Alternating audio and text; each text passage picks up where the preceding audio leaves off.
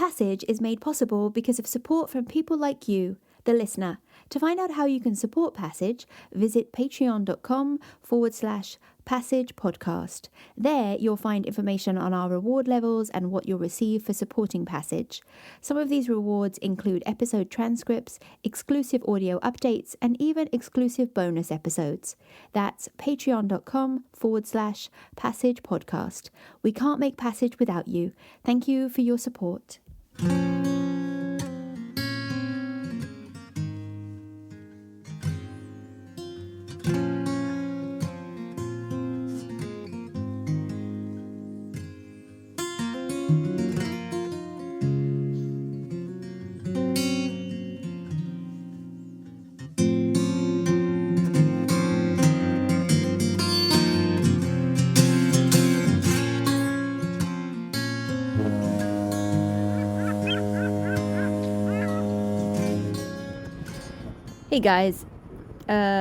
Hey guys is such a YouTube way to start this. Anyway, my name is Daisy Bonham, and I'm speaking with you live. Well, not live, you know what I mean. Anyway, I'm speaking with you from Puget Sound, not Puget Sound. I've been told locals don't say Puget Sound, it's Puget Sound. Specifically, I'm aboard a passenger ferry called the Snohomish, named for a local Native American tribe that called this region home. Still does, I assume. The Snohomish, which might get a little noisy, I'm just warning you, is about 10 minutes into a half-hour trip from Anthees Island across a 7-mile-long strip of water known as Marrow Passage en route to the Olympic Peninsula, specifically the town of Port Possession. If some of these names sound familiar to you, well then, good on you for paying attention to the news. Marrow Passage, which runs along the east side of the peninsula and the west side of Anthees Island before heading south and spilling into Elliott Bay near Seattle, is the site of a very fascinating and disturbing discovery made last week.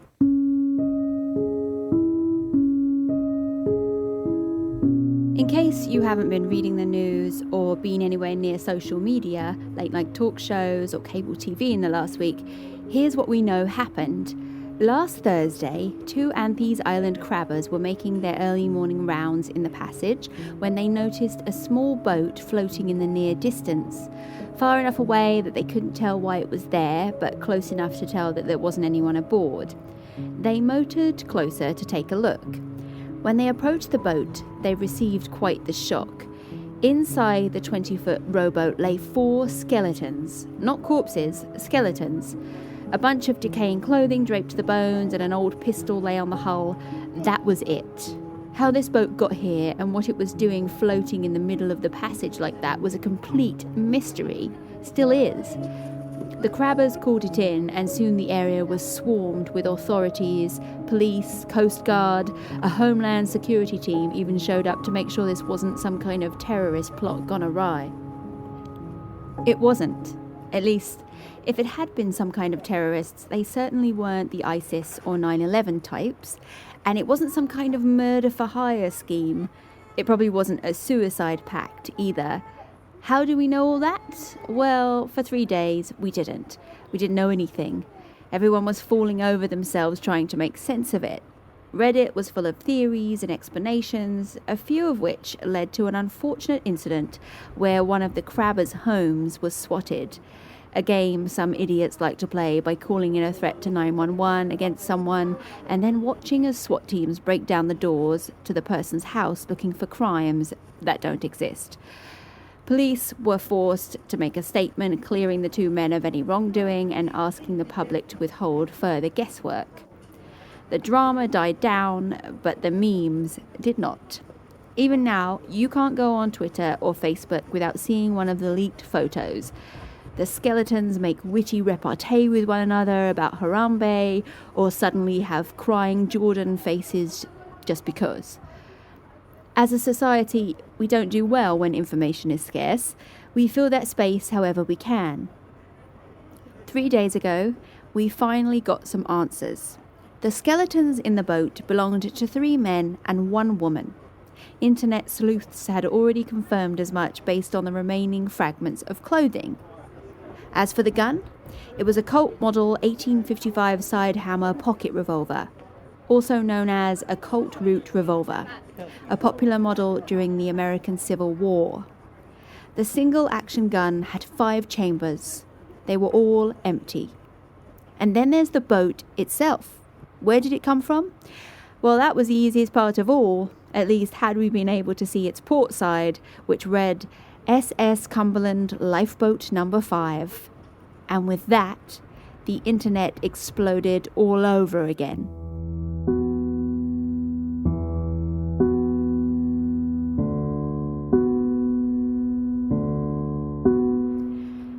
The SS Cumberland is one of those stories the people of the Pacific Northwest have been telling at campfires for generations.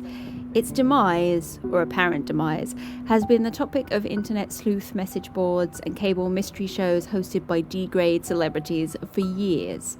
For most people, though, the Cumberland story is at best a footnote in America's maritime lore, or even more likely, completely unknown altogether, at least until 3 days ago.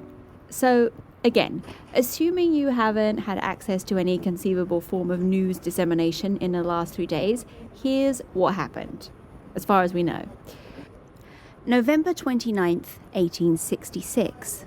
Yes, I am aware that is almost exactly 150 years to the day when the lifeboat was found. But bear with me, we'll get to that. November 29th, 1866. The SS Cumberland is docked in port possession, about to begin its voyage back to San Francisco. Built in 1848 by William O'Malley and Sons out of Boston. The 1,200-ton iron-hulled vessel measured 252 feet in length. It was built to charter passengers and cargo to and from New York City to South America. A normal trip aboard the Cumberland back then would have been a 26-day voyage. The vessel made this run back and forth until 1860 when it was sold to the Pacific Crest Whaling Company. They took the Cumberland down around Cape Horn to her new home port of San Francisco. She would continue to carry passengers and goods from California to Alaska and ports in between. It was recorded in various captain logs and company journals that the Cumberland was never quite right for Pacific winter sailing. Her design made her difficult to maneuver in choppy waters. Her large bow made it hard for crews to see from the bridge in low visibility. She had an outdated hull compartmentalization system. The sound that waves would make crashing into the ship was said to be so loud it would interfere with crew communications. All of that would make it difficult to manage with an honest crew, but even that was too much to ask at times. In late 1864, the Cumberland's purser, the ship's cashier basically, was arrested for overcharging passenger tickets and embezzling the profits. The ship was found at the time to be carrying more passengers than she was allowed, resulting in fines and promises to never do it again. Promises that, according to some, were never kept. By 1866, the Cumberland was a backup vessel. With an average speed of only 11 knots, her owners couldn't count on her to make good time on their hectic schedules. It was, by chance, that on November 27th, 1866, their vessel that normally made the run from San Francisco to Seattle, the SS Hendricks, was out of commission and needed a replacement. The Cumberland.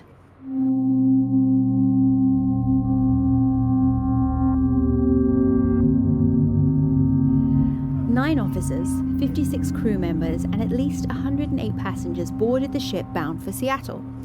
Weather was calm the whole way up as the ship passed by Cape Mendocino, turned into the Strait of Juan de Fuca, entered Marrow Passage, and followed Puget Sound to Seattle. She arrived 12 hours later than normal, but there were no reported issues.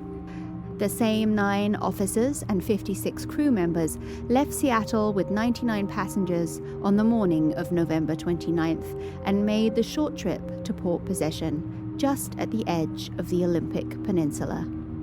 The last stop before the Pacific Ocean.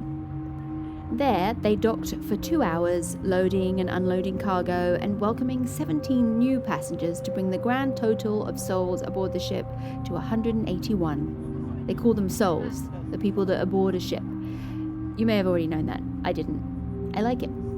Anyway, All 181 of those souls left aboard the Cumberland at approximately 1:15 p.m. that day, taking Marrow Passage back into the Strait of Juan de Fuca and out, presumably, to the Pacific Ocean, where the ship would return to San Francisco and remained docked for the foreseeable future. The Hendricks was ready to return to duty by the time the next trip was planned.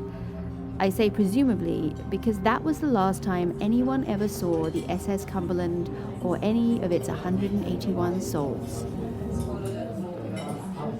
Actually, it's getting a little rowdy in here. I'm going to make my way outside. Looks like we're coming up on port possession anyway.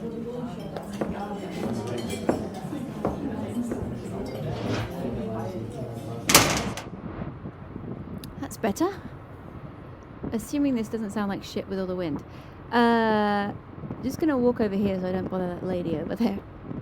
Okay, perfect. Where was I? Right. It's not too hard to figure out what probably happened to the Cumberland. That beautiful, clear sky that had welcomed them to Washington gave way to rolling fog and heavy rain as the ship began its trip home. As the sun set, it would have been impossible for the Cumberland to use celestial navigation to stay on course. Instead, they likely tried to figure out their position using dead reckoning, a way of calculating your location based on a previous one. As you might assume, it's a process prone to error. It also didn't help that the Cumberland was sailing directly into something called the Graveyard of the Pacific. You'd think they'd want to come up with something a little more cheery, a bit more positive, but there's a good reason they didn't. 2,000 reasons, actually. That's the number of vessels that are said to have been lost to this rocky and murky region that runs north from Vancouver Island down to Oregon's Tillamook Bay. You know, the cheese place. This block of water is littered with shipwrecks, and even now it's not uncommon to hear about at least a few deaths a year. Did the Cumberland strike one of the many reefs situated close to land? Did it suffer some kind of mechanical error? Was there foul play? We still don't know. The wreckage spot has never been identified, which is actually rather strange when you consider there's so many shipwrecks in that region that they make maps with tiny dots to signify where a ship now sits at the bottom of the ocean, especially a ship that size, with that kind of weight and bulk. Something like that doesn't just suddenly disappear, does it? Maybe that's why there's been so many ghost stories about the Cumberland. There have been many reports of ghostly ships off the coasts of Oregon and Washington in the years since. Some have claimed to have seen apparition crews rowing to safety from an unknown disaster. The Lady in Grey is a particular favourite of mine. Every so often, someone says that they see a woman in a grey dress standing at the very edge of Port Possession Spit, Cape de Brune, looking out on the strait. Usually people say she's there because of the Cumberland. Is she waiting for the ship's return? Was her lover on board? Was she on board? Before last week, as far as we knew, all 181 of those souls went down with the ship, or went wherever with the ship. Now we know that at least 4 of them got off alive, at least for a while. As for where they've been floating for the last 150 years, and I do mean exactly 150 years, is a complete mystery, at least as far as anyone's saying. Record keeping was good in those days, but it wasn't that good. So the chances of ever being able to say with any accuracy who these 4 people were, is about as likely as me becoming a crabber. It's a mystery tucked inside a mystery, nestled inside a mystery.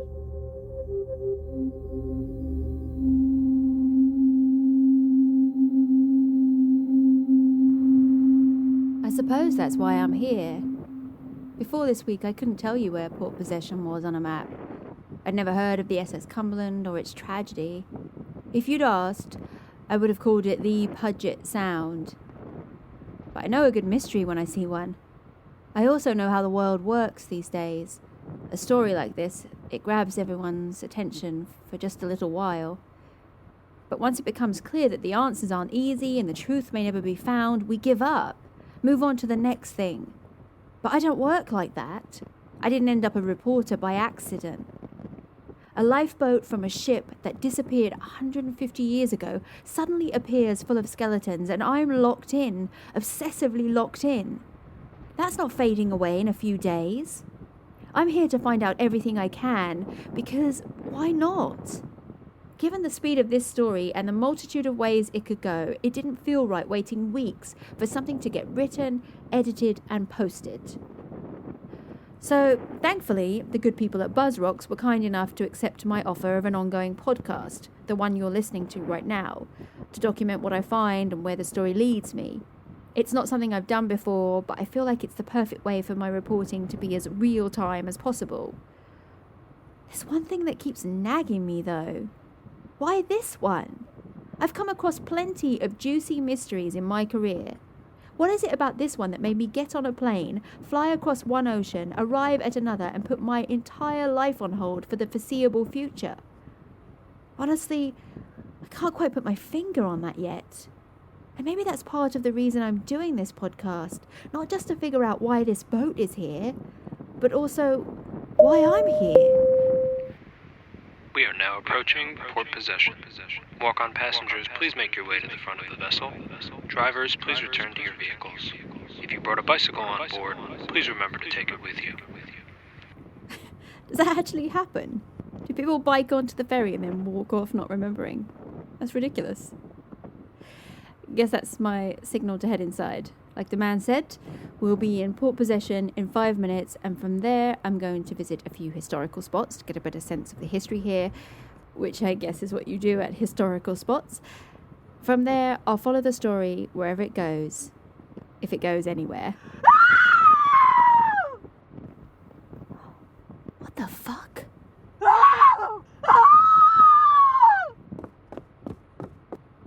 What happened? Are you okay? Shit! What the hell? What's wrong? You lied to me. What? You lied to me. I thought you were a good man.